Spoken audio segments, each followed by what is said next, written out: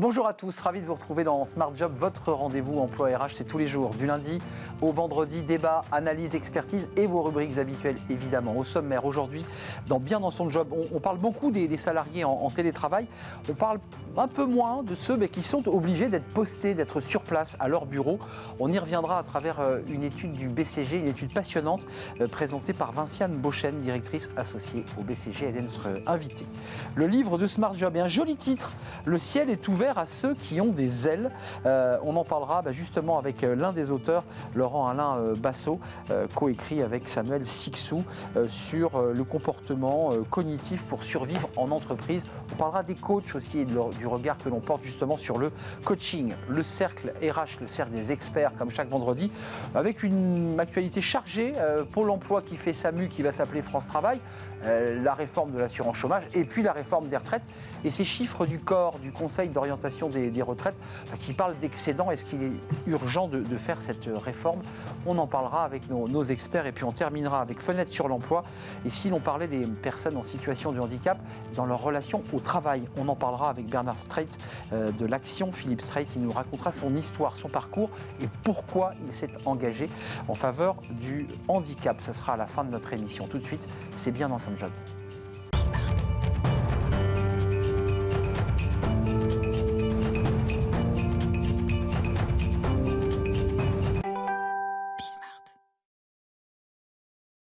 Bien dans son job et une étude passionnante du BCG sur, alors non pas sur le télétravail, mais sur ceux qui justement sont un peu les oubliés du télétravail, ceux qui sont obligés d'aller au travail tous les jours pour mille et une raisons, parce que ce sont des emplois postés et qui n'ont pas d'autres solutions. Et c'est une étude qui est sortie bien un petit peu avant l'été et qu'on va commenter avec Vinciane Beauchesne. Bonjour Vinciane. Bonjour. Ravi de vous accueillir, directrice associée au BCG, vous êtes experte en RH. D'abord, un peu de méthodologie sur cette étude. Ce n'est pas une étude française, c'est une étude internationale qui permet évidemment de comparer de pays à pays. C'est vrai que je le disais, on parle beaucoup de télétravail et des télétravailleurs. Le droit essaie de s'adapter, c'est un sujet d'actualité, j'ai envie de dire. C'est vrai qu'on parle peu ou pas assez de ceux qui ont un bureau et qui sont obligés d'y aller tous les matins. C'était ça l'esprit de l'étude ? Tout à fait. On en parle peu. Et pourtant, on considère que c'est à peu près 2/3 des salariés ou des travailleurs en France. Donc, on se dit qu'il y a une... 2/3, certains disent c'est 50-50. On est passé à 2/3. À peu près, oui. Et on se dit, ça fait du coup une grande partie de la population qui est oubliée. Dans un contexte où on a parlé de grandes démissions aux États-Unis, avec 50 millions de travailleurs qui ont démissionné en 2021. En France, on n'y est pas encore. On est plutôt sur 1 million de gens qui ont démissionné sur le premier semestre 2022. Mais on a un niveau d'engagement qui est déplorable. On le voit avec le buzz un petit peu autour du quiet quitting, entre guillemets, mais juste une étude Gallup assez récente. En France, le nombre de salariés ou le pourcentage de salariés qui se disent engagés au travail, donc qui sont contents d'y aller, qui ont envie de se donner pour leur travail, c'est 6%. On est avant-dernier sur l'Europe. Donc il y a un vrai sujet d'engagement. Et nous, on s'est dit, tout le discours ambiant autour du télétravail, de la flexibilité, ça ne concerne qu'une partie de la population. Quid de ces gens qui n'ont pas accès au télétravail et qui se posent quand même des questions. La preuve, le premier chiffre de l'étude, c'est parmi ces 7000 télétravailleurs qu'on a interrogés, 1000 en France. Ils sont un tiers, 34% en France, qui disent qu'ils sont prêts à changer de job dans les 6 prochains mois.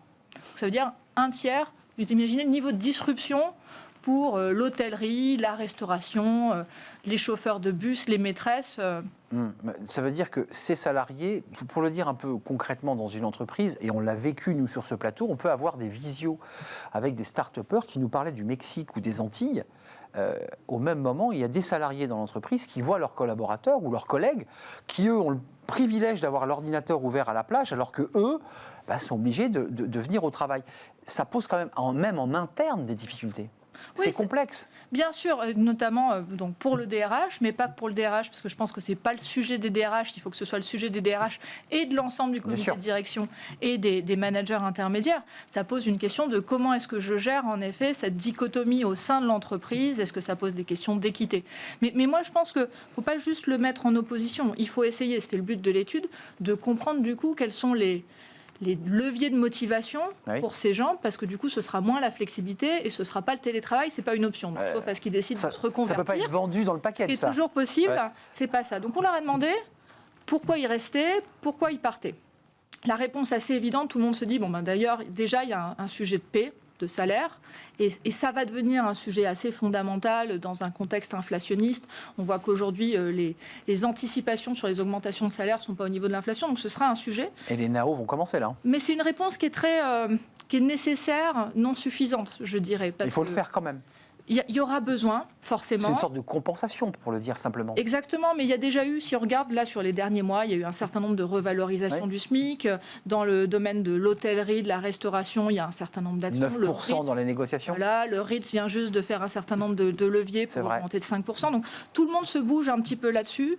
Mais moi, je trouve que c'est un peu la réponse facile. Et puis surtout, ça peut donner lieu à une course à l'échalote ou à un désastre dans un contexte où on s'attend un petit peu à une récession et où la tension sur le marché du travail va se réduire. Je pense que par contre, il faut se demander qu'est-ce qu'il y a d'autre. Et le premier levier qui fait que les gens partent, c'est les perspectives de carrière. Mais oui, l'évolution dans l'entreprise. Les gens ont envie de se développer, les gens ont envie d'évoluer, ils ont envie d'avoir des perspectives. Et ça, je pense que c'est vraiment la clé, c'est qu'est-ce qu'on sait proposer à ces gens-là. Et moi, je trouve que, pour le coup, il y a une vraie clé là, parce qu'en face, vous avez des gens des entreprises qui luttent à recruter, qui ont énormément de difficultés. Et donc, il y a un espèce de paradoxe avec des gens qui ont l'impression de ne pas pouvoir évoluer et des entreprises qui galèrent à recruter. Qui galèrent à recruter, qui ont des manques de compétences. Et donc, je pense qu'il y a vraiment, pour moi, une clé et peut-être un miracle à faire autour de la requalification, de la formation. En tout cas, c'est le message que vous faites passer à travers ce rapport. 354 700 emplois vacants au premier trimestre 2022. Ça, c'est des chiffres d'ARES. Donc, ça veut dire qu'il y a une pénurie. Quand même, un mot avant de nous quitter. Dans cette dichotomie, je dirais, sociale, entre, j'allais dire, les cols blancs qui sont en télétravail et ceux qui étaient en première ligne, il faut juste le relier. Vous les appelez les travailleurs de terrain dans l'étude.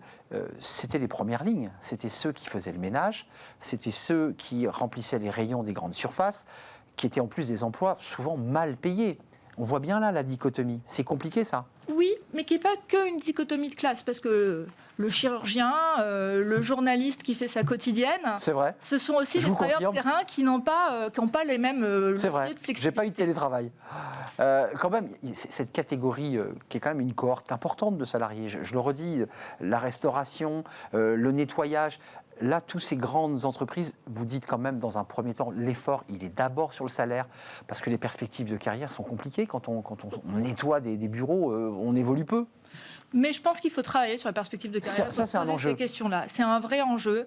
Il y a de quoi faire. Il faut investir dans le développement, parce que je pense que c'est ça la clé pour l'avenir. Et on voit un certain nombre d'entreprises qui bougent. Alors, ça se fait beaucoup sur le niveau du recrutement, ça se fait beaucoup au niveau de la rétention. Mais on a eu par exemple des entreprises comme Accor qui travaillent sur garantir des week-ends. C'est vrai. Passer à la semaine de 4 jours. Les entreprises, les établissements chez Accor qui sont passés sur des tests de semaine de 4 jours ont 5 fois plus de candidatures que les autres. Il y a des leviers, il faut être créatif.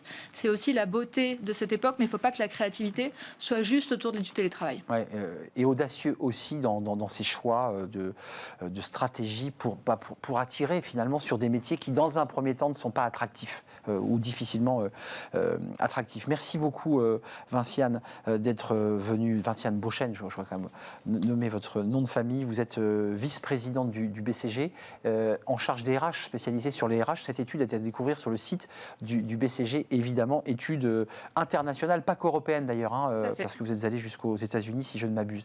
Merci de nous avoir rendu visite. Le livre de Smart Job, on va s'intéresser à un autre sujet, la vie en entreprise, et puis le rapport au coach aussi, à travers un livre que je vous présente, évidemment, juste après ce jingle.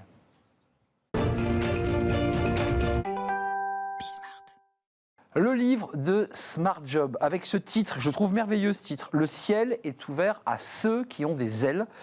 C'est un livre qui vient de sortir et on accueille l'un de ses auteurs puisqu'il est coécrit avec Samuel Sixou et Laurent Alain Bassot. Il est avec nous et je suis très très heureux de l'accueillir parce que d'abord le titre est beau, il y a un cerveau, puisqu'on voit la couverture, on va la découvrir dans quelques instants, 32 outils comportementaux cognitifs pour survivre en entreprise. Pour le dire en mots simples, d'abord, c'est un livre qui parle de vos activités, du coaching, mais il y a quand même une idée sous ce livre. C'est peut-être de remettre l'église au milieu du village quand on parle de coaching. Parce que moi, quand je parle de coaching, je me dis, mais c'est une auberge espagnole, il y a de tout. Il y a du bien-être, il y a de la méditation, on est en tailleur. Enfin, c'est vraiment Et vous dites, attention, parce que d'abord, ça fait du mal à la profession. C'était ça l'esprit du livre. C'est ça l'idée de votre livre. Alors, l'idée du livre, c'est évidemment d'abord de partager des sujets que nous maîtrisons en coaching et en développement personnel, mais c'était évidemment de le porter dans le cénacle de l'entreprise. Dans l'entreprise. La personne, on travaille au service de l'individu, c'est évident, c'est le travail du coach, mais on a une mission qui est que la personne dans l'entreprise puisse, par ce développement personnel, mieux se réaliser, mieux assumer ses fonctions, mieux réussir, mieux être. Et c'est bien cet aspect bijectif de la relation qui est au cœur de notre préoccupation. Parce que quand même, ce qui est intéressant, c'est l'histoire du coach. Parce que quand on a un coach en face, ou un psy d'ailleurs, même si ce n'est pas le même métier, c'est intéressant de savoir d'où il vient. Et vous venez, avec votre associé Samuel, qui est une femme, vous venez de l'entreprise. Ça change tout quand même. Alors oui, pour beaucoup de coachs, ils viennent de l'entreprise, mais surtout, on vient avec une conviction forte, c'est que quand on a voulu développer dans nos entreprises, moi la direction générale d'un groupe et Samuel au secrétariat général d'un autre groupe, on avait pour vocation à faire que les gens puissent travailler mieux dans notre entreprise et développer la valeur ajoutée qui est celle de notre entreprise. Qui donne le meilleur. Ben, bien sûr. Et en fait, j'entends tout un discours autour le développement personnel, etc. Nous, on est pour ça. Mais le développement personnel par le coaching, il est d'abord opérationnel dans l'entreprise. C'est-à-dire, qu'est-ce que la personne va tirer de son développement pour rayonner, être inspirant vis-à-vis de ses équipes, être mieux dans son travail, trouver que c'est quand même pas si mal que ça d'avoir un job et de pouvoir y souscrire au quotidien. C'est intéressant ce que vous dites, parce que j'ai reçu beaucoup d'invités à la fois dans cette rubrique et dans des débats où certains, quand on allait au bout de leur logique, et ça va sûrement vous heurter, finalement, au bout de leur logique de coach, ils renversaient la table au point où ils quittaient l'entreprise. Donc, ils n'étaient plus une valeur. Mais ça devenait une difficulté pour l'entreprise. Quand vous allez très loin avec quelqu'un et que vous le poussez au bout, la personne se dit, après tout, qu'est-ce que je fais dans ce poste? Et ce n'est pas votre mission. Ce n'est pas Vous êtes d'accord qu'il y a des coachs qui poussent Alors, certainement, et j'en ai croisé, mais nous, ce n'est pas notre mission. Notre mission, elle est confiée... D'ailleurs, il y a un acte tripartite en démarrage de coaching qui consiste à établir un programme d'objectifs entre le coach, l'entreprise et le coaché. C'est ça. Donc, on définit bien un travail qui n'exclut personne. Alors... pour autant, si quelqu'un, au terme d'un travail de coaching, se dit qu'il est insupportable pour lui d'aligner ses valeurs avec celles d'une entreprise, c'est ça. Moi, j'y vois pas d'inconvénient. C'est un autre sujet, d'ailleurs. C'est un autre sujet. Ouais. Mais le sujet, c'est d'abord qu'une personne se trouve bien dans ce qu'il fait, au service de sa mission et au profit d'un environnement social, d'un environnement collectif. Et d'ailleurs, si vous me permettez, là-dessus, j'ai une conviction, c'est qu'on a beaucoup orienté le travail du coaching autour d'un autocentrage qui me paraît assez inapproprié. Donc, vous trouvez qu'il n'est pas assez ouvert à l'environnement? Mais c'est un sujet qu'on traite tout autant en coaching que dans la société contemporaine. Aujourd'hui, on se rend bien compte que cet autocentrage, ce système qui consiste à d'abord se soucier de son bien-être sans se soucier de celui des autres, ne tiendra pas. Donc, il se trouve que le métier du coaching est en train d'évoluer, nous on le voit, et par ce livre, on a voulu fonder un acte fort qui est de dire, d'abord, on va partager à l'ensemble des personnes qui vont le lire les techniques qu'on utilise. Oui, il y a beaucoup de conseils pratiques. C'est très pratico-pratique. C'est un livre très didactique et très agréable à lire. Hein. Voilà.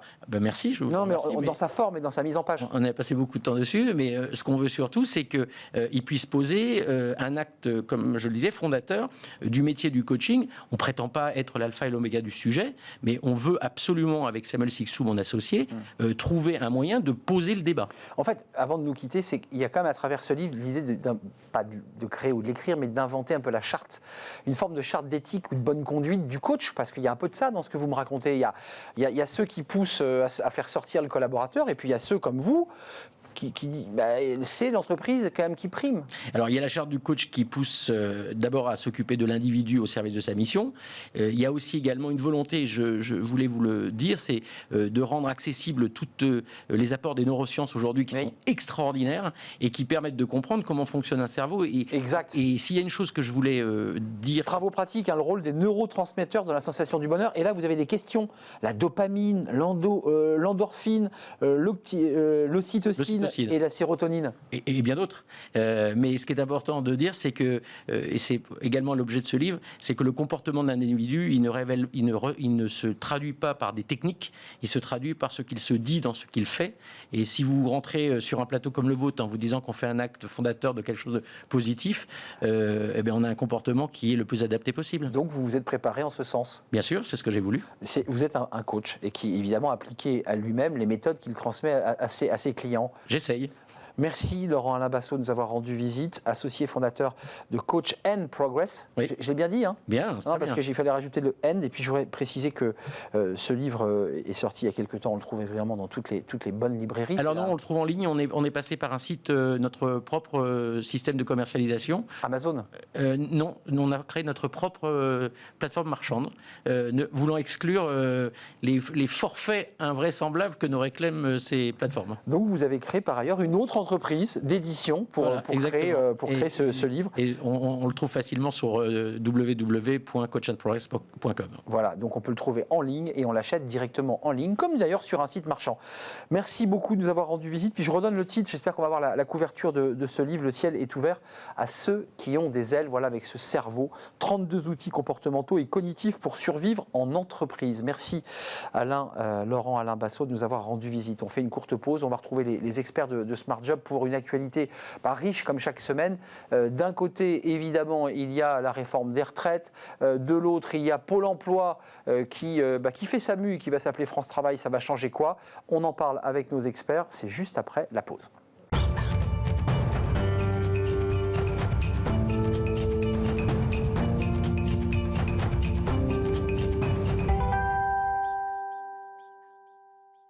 Le cercle RH et les experts de Smart Job, comme chaque semaine, pour balayer l'actualité. Il y a beaucoup de choses. Pôle emploi qui va devenir France Travail. Il y a une expérimentation, on va plus que ça d'ailleurs. Il y a 2 mois de mise en place et l'année prochaine, ça se rappellera France Travail. Qu'est-ce que ça va changer, évidemment, pour les demandeurs d'emploi, puis pour ceux qui travaillent, évidemment, à Pôle emploi. Objectif, plein emploi, c'est ce qu'a dit le ministre Dussopt. On va parler de la réforme des retraites avec le rapport du corps. Ça a semé le trouble parce qu'il faut aller vite et en même temps il y a un excédent.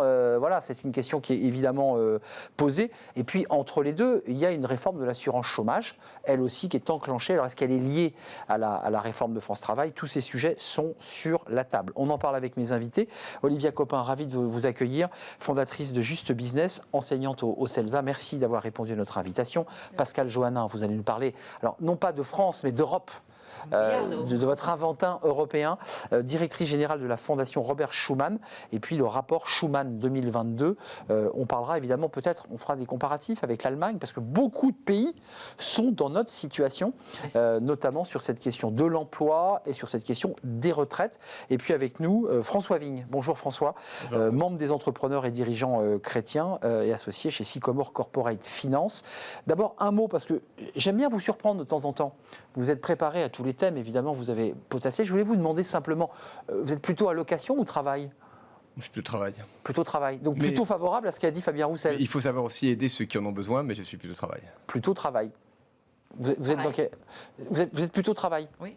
Donc vous avez plutôt... C'est plus valorisant que En effet, comme l'a dit François, il faut aider ceux qui sont dans une incapacité, soit momentanée, soit durable, mais il faut en effet inciter les gens.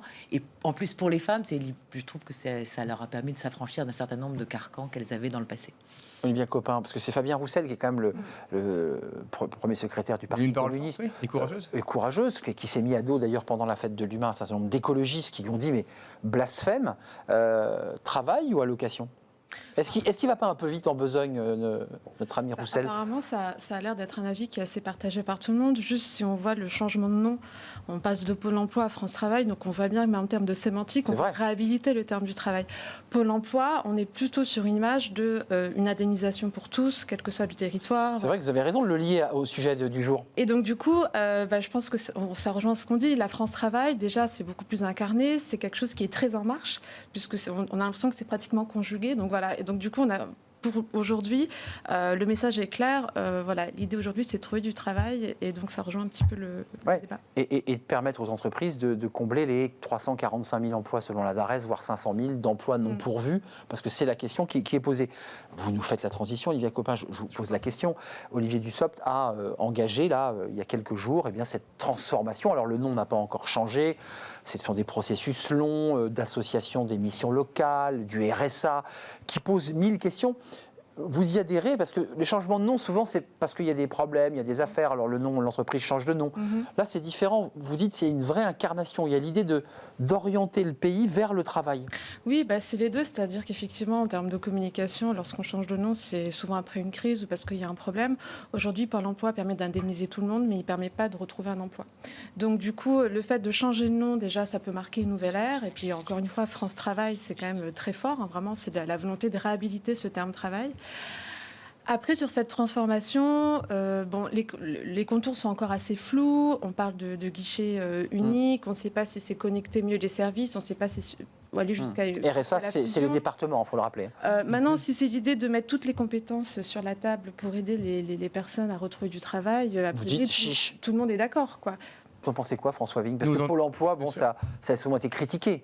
Et objectivement, pour ceux qui pratiquaient Pôle emploi, j'ai eu la chance de ne pas le pratiquer, il y avait des résultats modérément percutant en termes de recherche d'emploi. C'est vrai que donc c'est vrai qu'il y avait des réformes à faire. Je pense qu'il y a quand même un constat, je dirais, de certains échecs en effet dans l'accès à l'emploi d'un certain nombre de chômeurs. Nous avons encore beaucoup trop de chômeurs en France.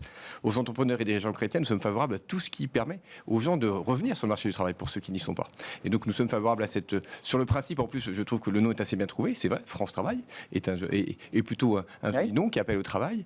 Puis il y a le mot France, il y a une forme de souveraineté. On a quand même aujourd'hui toujours ce socle de chômeurs de longue durée. Mais donc ce qui est important, c'est qu'au-delà des mots, parce que les mots sont très beaux, encore faut-il qu'ils deviennent une réalité. Et donc ce qu'il faut, et l'idée que je trouve également intéressante, c'est de faire travailler tous les acteurs ensemble. Les acteurs nationaux, les acteurs régionaux, l'ensemble des territoires, l'ensemble des acteurs, les entrepreneurs aussi, les entreprises. Grouper ensemble tous nos forces pour aller ensemble vers le plein emploi. C'est un très bel objectif. Il faut simplement que ce ne soit pas un slogan, pas simplement un gadget, il faut que ça devienne une réalité.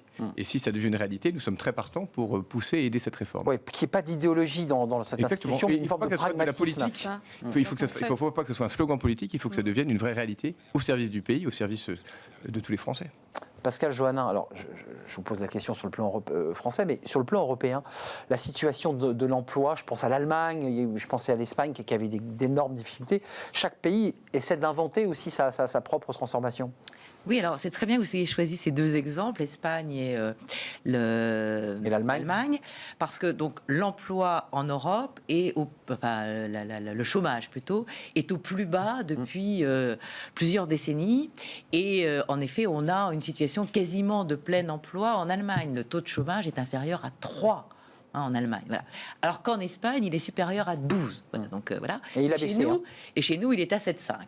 Je crois, de mémoire. Voilà. Et on veut aller à 5,5 puisque voilà. Et donc, on a en effet aujourd'hui une situation de l'emploi qui est bien meilleure que par le passé. On a encore un problème de chômeurs de longue durée ou un problème de chômage des jeunes, qui est en effet, le taux est un plus important en Europe, c'est 14%. Donc, vous voyez, c'est et la France a plutôt bien joué avec son un jeune, une solution, l'apprentissage. On a à gérer une situation de l'emploi qui est plutôt satisfaisante et un problème d'emplois vacants où on n'arrive pas à trouver. Ça, c'est commun. Hein. Voilà, ça, c'est commun. En effet, d'emplois vacants. Et là, c'est un vrai problème parce que les entreprises ont du mal à recruter un certain nombre de profils. Alors, est-ce que c'est parce que les gens ne veulent plus aller dans un certain milieu ou un problème de qualification? Mais là, il y a un vrai problème à régler. Olivia Copin, juste pour faire la transition, moi, je la fais cette fois-ci. Il y a France Travail, Pôle emploi qui se rebaptise France Travail. Ça veut dire des transformations internes, des organisations. Et puis, au même moment, va arriver à l'Assemblée nationale, le texte est sur le bureau des commissions, une réforme de l'assurance chômage, acte 2, qui dit grosso modo, on va resserrer un peu la durée d'indemnisation et on va faire en sorte de vous emmener un peu plus rapidement vers le travail. Il faut aller jusque-là, parce que cette question renvoie à ce qu'a dit Fabien Roussel. Quand on est trop assisté, peut-être qu'on n'est pas motivé à aller au travail. C'est un peu ça qu'il dit Fabien Roussel. Oui, c'est vrai qu'il y a cette question de l'indemnisation. Et de sa durée. Alors, de sa durée. Alors, ce qui est intéressant dans le texte, c'est qu'on dit finalement, elle va être à géométrie variable en fonction de l'économie. Quand ça va bien. Alors, quand ça veut dire quoi? Quand ça va bien, quand ça va mal? Parce qu'on peut avoir un fort taux de croissance, mais avec une inflation très grande. Donc, en termes de pouvoir d'achat. Donc, ce ne sera pas le cas. Les contours sont encore flous. Après, c'est en fonction des régions. Donc, effectivement. Est-ce qu'on régionalise, par exemple? Alors du coup, mais quid? Du coup, ça veut dire que alors apparemment, ça serait plus facile de trouver un emploi à Paris que et moins dans le Nord. Dans le Languedoc-Roussillon. Donc ça veut dire que les gens vont habiter en fonction pour toucher plus d'allocations. Enfin, quid du télétravail aussi, des personnes qui vivent à Marseille ou qui vont travailler à Paris. Donc ça paraît encore compliqué, mais en tout cas, ce qui est sûr, je pense que vraiment l'idée à retenir, c'est que guichet unique, oui, mais pas réponse unique, quoi. C'est-à-dire que vraiment, il y a vraiment une disparité dans les profils de personnes qui sont au chômage. Vous avez des gens très diplômés qui sont en train de se réorienter. Vous avez des gens qui ne sont pas du tout diplômés, ça fait peut-être 3-4 ans, qui sont très éloignés. Et ça va être très difficile de les faire revenir sur le marché du travail. Donc je trouve intéressant l'idée de mettre toutes les compétences sur la table, par exemple d'allier vraiment l'indemnisation à la formation. Ça peut être quelque chose de vraiment, je pense, important. Et le bon fléchage. Ramener, quoi. Voilà. François Vigne, quel est votre sentiment sur cette question? Parce qu'il y a eu l'acte 1, là on est sur l'acte 2, Emmanuel Macron reste finalement sur un cap en disant il faut réduire, malgré tout, c'est la philosophie. Il y aura des hauts, il y aura des bas. Alors quand l'économie va mal, et j'ai bien peur qu'on s'achemine vers une situation économique qui aille mal, on sera plutôt vers le bas, et donc des maintiens d'indemnisation. Il faut préciser que la réforme, l'indemnisation est maintenue jusqu'en 2023, ça ne va pas se faire là. Mais dès lors que la loi sera passée, c'est quand ça ira bien, on réduit. Puis quand ça va mal, on allonge. Quand même, les chefs d'entreprise, et vous faites partie de cela, les signaux sont plutôt, les voyants sont au rouge là quand même sur la situation économique. Sur la situation économique, ils sont très contrastés, on va dire. Enfin, tous les signaux sont là pour dire qu'on va vers une récession. En même temps, là encore, il y a à la fois ces dispositifs d'aide gouvernementale au pouvoir d'achat. Il y a différents éléments qui donnent à cette récession un profil assez indéterminé. Et quand on voit d'ailleurs la situation des marchés financiers qui sont beaucoup repris, eux parient aujourd'hui finalement sur une récession relativement courte. Donc c'est pour ça. Et une inflation mais il faut se préparer à une récession et beaucoup de grands investisseurs sont extrêmement pessimistes sur la situation. La crise énergétique, elle posera des questions. Il faut être très clair. En même temps, je pense qu'on va essayer ensemble de trouver des solutions. Après, si on revient sur la réforme du chômage, vous vous souvenez d'ailleurs que la précédente avait été percutée par la crise Covid parce que quelques mois après son entrée en application, on l'annulait. Et une réforme qu'on annule, ou en tout cas qu'on met entre parenthèses quelques mois après, ça veut dire qu'elle n'est pas totalement pertinente. Sinon, elle aurait été logiquement résister à tous les environnements. Donc il faut quand même garder ça. Par ailleurs, je pense qu'il faut éviter la stigmatisation des chômeurs parce qu'il faut garder, je dirais, le bon équilibre entre ce qui est supprimer les effets d'aubaine. Il y a des gens malheureusement, parfois, qui essaient de profiter du système, ça fait partie des choses, mais ça coûte très cher à l'ensemble de la collectivité et ça pèse ensuite sur le travail commun. Et ça, il faut l'éviter au maximum. Mais il faut éviter toute situation d'effet d'aubaine. Inversement, il faut éviter la stigmatisation. Et par ailleurs, il faut traiter des situations individuelles. Et parfois, il y a des gens qui ont besoin de plus de temps pour revenir sur le marché du travail. Et il faut éviter de les mettre au contraire dans la trappe qui serait celle du chômage de longue durée. Et donc, c'est pour ça qu'il faut être. Mais il faut éviter aussi l'effet de sophistication parce qu'il faut que le système reste lisible pour l'ensemble des choses. On va voir que tout est cohérent. La lisibilité et la confiance sont des choses très importantes. C'est pour ça qu'il faut éviter la précipitation sur ces sujets. Il faut éviter d'en faire un combat politique. Il faut en faire une réforme au service de la France et de l'ensemble des Français. Humaine et sociale, pour mettre ce mot. Juste, Pascal Jolin, vous avez réagi sur le mot formation, parce qu'il y a un débat sur la formation, parce que la réalité, c'est que parfois, il y a des emplois qui sont proposés. Pôle emploi fait des propositions à des collaborateurs qui disent mais d'abord ça ne correspond pas du tout à mes compétences, ou inversement, on recherche des compétences que l'ensemble des demandeurs d'emploi n'ont pas. Donc il y a un vrai débat et européen sur cette question de la formation. Il y a un vrai débat européen et je vous renvoie au discours qu'a fait Madame von der Leyen, la présidente de la Commission hier, où elle a annoncé qu'en effet ce problème d'emploi était partout dans l'Europe et donc a fait de 2023, elle aimerait faire de 2023 l'année des qualifications, en effet, pour qu'en effet on regarde en effet des formations qui soient pertinentes pour les entreprises, pour les gens, pour qu'ils soient adaptés, etc. Et je note que l'Europe n'a donc il faut définir quand même les métiers qui vont bien, il faut savoir où on va. Et on a souvent reproché à l'Europe de ne pas être près des gens, donc de ne pas avoir de compétences sociales, tout simplement parce que les États membres gardaient la main. Oui, et là, on voit que sur un certain nombre de sujets, l'Europe essaie de faire quelque chose pour essayer de faire qu'il n'y ait pas trop de différence entre les uns et les autres. On a eu hier un vote sur les salaires minimums au Parlement européen. On a un problème, vous parliez d'assurance chômage, la question est posée au niveau européen. On a cette question des qualifications, donc on voit que peu à peu, comme sur le Covid où la santé n'était pas un domaine de l'Union européenne, sur les questions sociales, l'Europe essaie d'agir pour essayer de faire qu'on ait une certaine harmonisation et qu'il n'y ait pas de grandes différences, parce que vous avez aussi le cas des travailleurs transfrontaliers, et donc si vous habitez près d'une région ou détaché, et si vous habitez près d'une région, vous allez chercher le travail ailleurs parce que c'est plus valorisant aussi pour aller. Oui. Non, parce qu'il y a aussi les détachés qui posent un autre sujet. Ou à l'Allemagne, qui sont quelquefois des passages très fréquents de frontières pour que les gens aillent travailler là où il y a plus d'emplois. Il y a une cohérence dans tout ce qu'on se raconte, puisqu'on a démarré par la transformation de Pôle emploi vers France Travail, ça va arriver, une réforme de l'assurance chômage, et regardez ce qui arrive derrière, c'est la réforme des retraites, dont on nous dit que par un amendement au projet de loi de la sécurité sociale, me semble-t-il, on y glisserait un amendement pour travailler sur la durée de cotisation et l'âge légal, ce qui est 2 paramètres très importants. Sauf qu'il y a un problème, enfin, je parle aux chefs d'entreprise et aux vice-présidents d'entreprise des entrepreneurs chrétiens, c'est la crise économique va créer du chômage, là. La crise énergétique, on nous dit, elle va provoquer du chômage. Comment on fait cette réforme, là, dans ce contexte? Puis on parlera du corps. Des retraites. Bah oui, parce qu'il y a à la fois le corps qui dit qu'il y a des excédents. Bon, ok, très bien. Enfin, le corps, il a un discours, il dit à la fois il y a des excédents, mais attention, et par ailleurs, il dramatise aujourd'hui. Mais il dramatise. Sachant que si on veut être clair, les rapports du corps, les conclusions varient toujours en fonction de l'humeur du temps. Non, mais je repose ma question plus simplement. En un mot, on fait une réforme des retraites qu'on nous annonce comme urgente. Le corps nous dit jusqu'en 2023, ça va à peu près, avec un bel excédent. Et au même moment, une crise économique s'installe, va créer du chômage. C'est le moment ou pas? Est-ce que c'est le bon tempo? Enfin, là encore, nous avons de forts doutes en la matière. Il semble d'ailleurs qu'il y ait beaucoup d'acteurs de la majorité. Enfin, j'entendais François Bayrou, j'entendais Édouard Philippe, qui s'opposaient à ce calendrier, qui disaient que le moment n'était pas très bien choisi. Et il faut que cette réforme soit acceptée. On a vu l'échec de la précédente tentative. On a vu que ça a mis beaucoup de Français dans la rue. Ça a créé beaucoup de désordre. Ça a créé beaucoup de problèmes pour l'ensemble des salariés. Et je voyais que ce matin, le JDD, enfin, d'après le JDD, 55% des Français sont contre et jugent que le moment est malvenu. Ils ne sont pas contre la réforme des retraites. C'est le calendrier qui va pas. Contre la réforme des retraites. Ils jugent que le moment est malvenu. Je pense qu'en la matière, il faut faire attention. Je pense que de même que le président appelle à la sobriété, il faut l'appeler à la sobriété réformatrice. Parce qu'il faut faire attention dans ce temps qui est un temps compliqué, complexe pour tout le monde. Il faut choisir nos vraies priorités. C'est ce que fait un chef d'entreprise. Aujourd'hui, on a quand même la crise de l'énergie, on a la récession qui arrive. Ce sont toutes les priorités par rapport à une réforme des retraites. La réforme des retraites, on n'est pas à 6 mois ou 18 mois près. C'est intéressant de l'entendre. Vous en pensez quoi, Olivia Copin? Parce que tout ça est lié, en fait. Oui, tout est imbriqué. Alors après, c'est vrai que je pense qu'il y a aussi l'agenda politique.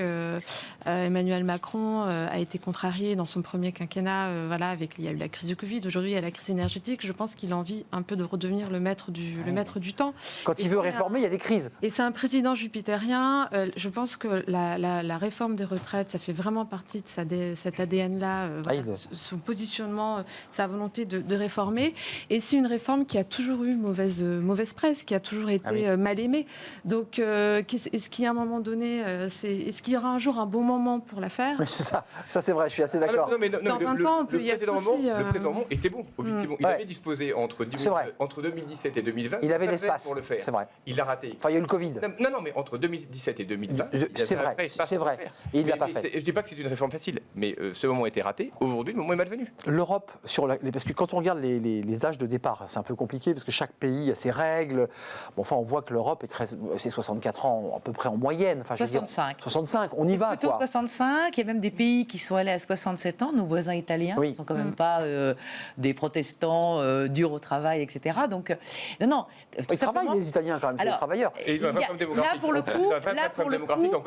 Là, pour le coup, on est attendu par tous les Européens pour faire des réformes. Alors, des réformes sur le marché du travail, des réformes... C'est l'Europe qui nous les impose, c'est ce que vous voulez dire, Pascal Joannin? Non, mais c'est-à-dire que la France, en Europe, a une voix qui porte, mais cette voix est un peu atrophiée par le fait qu'on n'a pas de bons indicateurs économiques.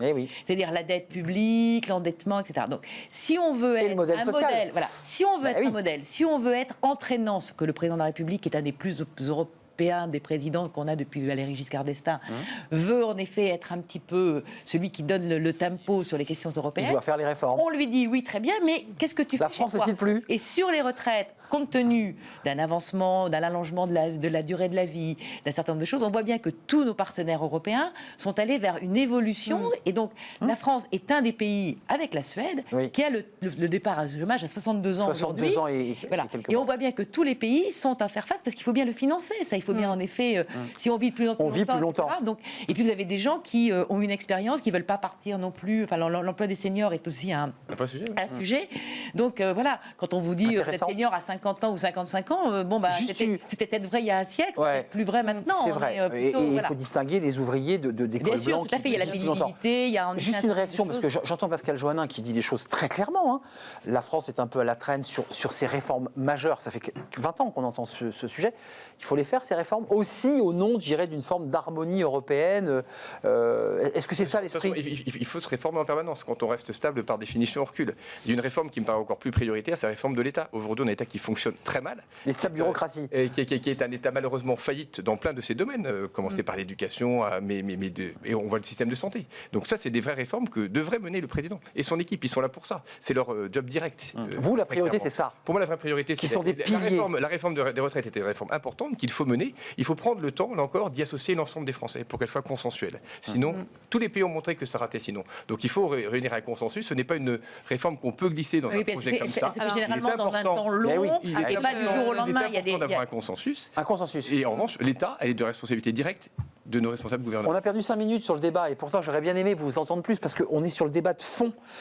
Quelle réforme ? Il faut réformer, mais quelle réforme ? C'est la retraite ou c'est les piliers régaliens et notre bureaucratie en quelque sorte qu'il faut revoir ? Je pense qu'elles sont quand même toutes importantes, mais vous parliez de consensus, je ne suis pas sûre que ça soit très connecté à la culture française, et le président l'a dit, il n'atteindra pas l'unanimité en tout cas pour avancer. Vous le disiez justement, quand on voit les autres pays européens, on va quand même dans le sens de l'histoire, ça ne paraît pas aberrant de revoir cet âge de départ à la retraite, et puis il me semble que l'exécutif a l'air très déterminé. Ça me semble clair.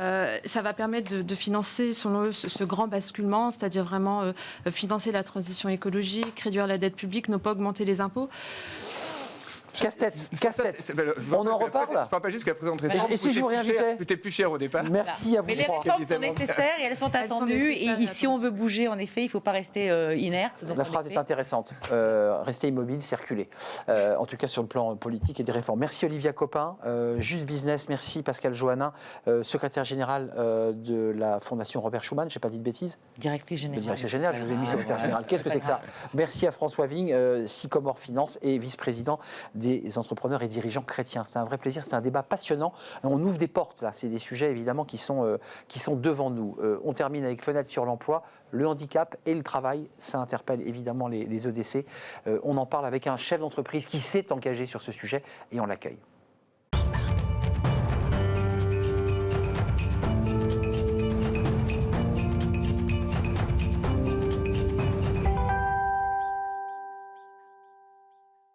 Fenêtre sur l'emploi, on parle du handicap et du rapport des personnes handicapées au travail. Leur accès à l'emploi, c'est un sujet éminemment fondamental, avec la difficulté pour certaines d'entre elles d'accéder à l'emploi. Et on accueille un acteur engagé sur cette question, Bernard Streit. Merci d'avoir répondu à notre invitation. Merci. Président d'Action Philippe Streit. On a peu de temps, mais je voudrais quand même qu'en quelques mots, vous nous racontiez. D'abord, vous êtes un chef d'entreprise. Vous avez eu combien de salariés ? Parce que vous êtes aujourd'hui en retraite. 4000. 4000 salariés. On a démarré dans la maison d'habitation. Ça a démarré dans la cuisine. Dans la cuisine, et j'ai laissé l'entreprise à un de mes fils, on était 4000. Et puis j'ai décidé de créer des activités pour aider les personnes en situation de handicap à travailler. Les raisons qui vous ont poussé, c'est parce que, il faut le dire, et c'est évidemment émouvant, c'est que vous avez eu un frère qui s'appelait Philippe Streit, et qui, sur son lit de mort, vous a dit il faut que tu t'occupes des personnes handicapées. Tout à fait. C'est comme ça que démarre votre engagement. C'est comme ça que ça démarre. Oui, et ça oblige. Parce que je lui avais fait un petit patrimoine au cas où je viendrais à disparaître avant lui. Et puis je lui posais la question à la veille de sa mort, qu'est-ce qu'il voulait faire un peu de ses sous ? Il ne savait pas ce qu'il avait exactement. Et il m'a dit, j'aimerais que tu fasses quelque chose pour les gens comme moi. Et donc l'entreprise s'est construite aussi autour du handicap, avec ma tante qui avait la poliomyélite. Et c'est pour ça que mon père a créé, qui est un paysan, a créé l'entreprise. Et puis moi, je suis devenu un industriel pour mon frère. Et en fait, quelquefois, j'ai des amis qui me disent, vous avez cette capacité à transformer les pépins en pépites. Et il faut transformer les pépins en pépites. Et vous êtes aussi, parce que c'est important de le dire, dans l'engagement et dans la transmission. Il y a beaucoup de chefs d'entreprise qui, parfois, voudraient s'engager, ne le font pas, hésitent. Il y a évidemment votre action Philippe Streit, un engagement très concret.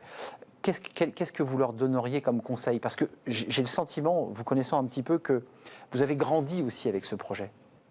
Ah ben bien sûr, et c'est sûr que déjà mon frère m'a fait grandir. Mon frère handicapé m'a fait grandir, m'a fait comprendre des choses, m'a fait comprendre que tout ne passait pas par le langage verbal. En l'observant, je comprenais beaucoup de choses. Et puis aux chefs d'entreprise qui voulaient faire ça, je leur dirais, allez au bout de vos idées, ne craignez pas de vous impliquer, de vous engager. Et c'est tellement plus beau d'être au service des autres que de voyager à visiter le monde, les plages, les montagnes, les musées. C'est tellement mieux d'aller à la rencontre de gens qui sont tous extraordinaires. J'aimerais faire un peu de publicité pour Action Philippe Strait. Concrètement, ceux qui veulent s'engager, vous êtes venu avec une plaquette d'ailleurs, oui. Concrètement, qu'est-ce qu'ils peuvent faire? Comment ils peuvent vous accompagner? Comment ça marche?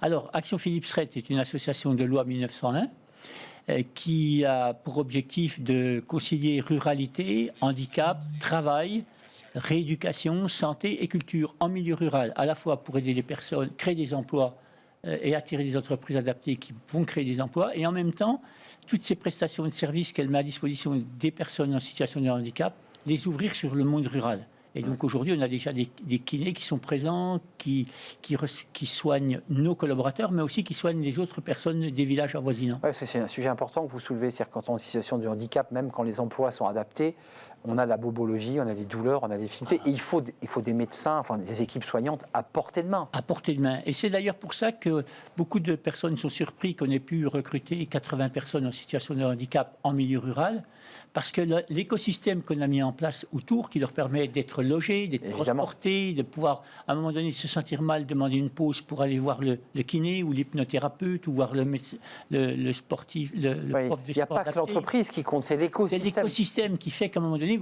on est capable, et on a créé un peu plus de 80 emplois. Je pense que d'ici 2023, on en aura créé 150 et l'objectif est de créer 230 emplois. 230, ça c'est l'objectif. Hein. La difficulté, c'est d'adapter le poste, hein, c'est de faire en sorte que la personne puisse trouver sa place, évidemment, oui. Et puis qu'elle soit en conditions de travail optimales, parce que c'est pas si simple. Il y a les conditions physiques qui doivent être adaptées, bien sûr, mais il y a aussi les conditions morales qui doivent être là. Il faut veiller, si vous êtes chef d'entreprise, à ce qu'il y ait beaucoup de bienveillance, que ce soit un cocon, une terre fertile pour se reconstruire. Il ne faut pas qu'il y ait d'agressivité de la part des uns et des autres. Il faut faire preuve aussi de patience, parce qu'on ne se reconstruit pas en l'espace de quelques jours. Il faut faire preuve aussi d'exigence, parce que pour que ces gens se reconstruisent par le travail, il faut avoir aussi l'exigence, parce que pour moi et pour mes collègues, l'exigence, c'est la forme la plus aboutie de la bienveillance. Ça, c'est intéressant ce que vous dites, parce que dans un monde aujourd'hui où on déteste les frustrations, vous dites qu'il faut quand même, malgré tout, avoir des exigences. Si vous n'avez pas d'exigence, à un moment donné, les personnes que vous recrutez, qui travaillent là, se disent, bon, pas tout qu'on fait, bon, ils ont peut-être eu pitié de moi. Et c'est la pire des choses. On ne se reconstruit pas quand c'est comme ça. Traiter cette personne handicapée comme un collaborateur. À dire, voilà, il y a une bienveillance, on te respecte à tous les niveaux, mais tu dois répondre aux exigences du client, parce qu'on facture notre prestation au client. Bien sûr. Tu dois avoir aussi un comportement qui permet de veiller à ce qu'il reste une bonne ambiance dans les locaux, dans l'entreprise, pour que chacun puisse venir au travail sans la boule au ventre et puis reprendre goût à la vie. Donnez-moi cette petite plaquette, je voudrais la montrer à nos téléspectateurs parce que j'aimerais qu'on valorise votre action, parce que c'est l'action d'une vie. Hein. Oui. Je précise, Action Philippe Strait, faire de chaque personne en situation de handicap un contribuable. Quelqu'un qui voilà, par le travail, par son effort et son travail, et par les exigences. Merci à vous Bernard Strait d'être venu nous rendre visite. Et puis ceux qui se demandaient pourquoi il y avait un petit pot de miel, c'est Action Philippe Strait, parce que vous êtes un homme qui vivait à la campagne, oui. Haute-Saône, c'est près de la frontière de le Doubs, et il y a du miel. Voilà, il y a du miel. Et je m'autorise à dire que je vais pouvoir le déguster avec grand plaisir. Merci. C'est un plaisir pour moi. Merci d'être venu nous rendre visite. C'est la fin de notre émission. Et puis n'hésitez pas à aller voir le site, évidemment, si vous voulez vous engager pour Action Philippe Strait. C'est terminé. Merci à vous. Merci de votre fidélité, évidemment. Merci à toute l'équipe qui m'a accompagné. Je remercie Xavier à la réalisation.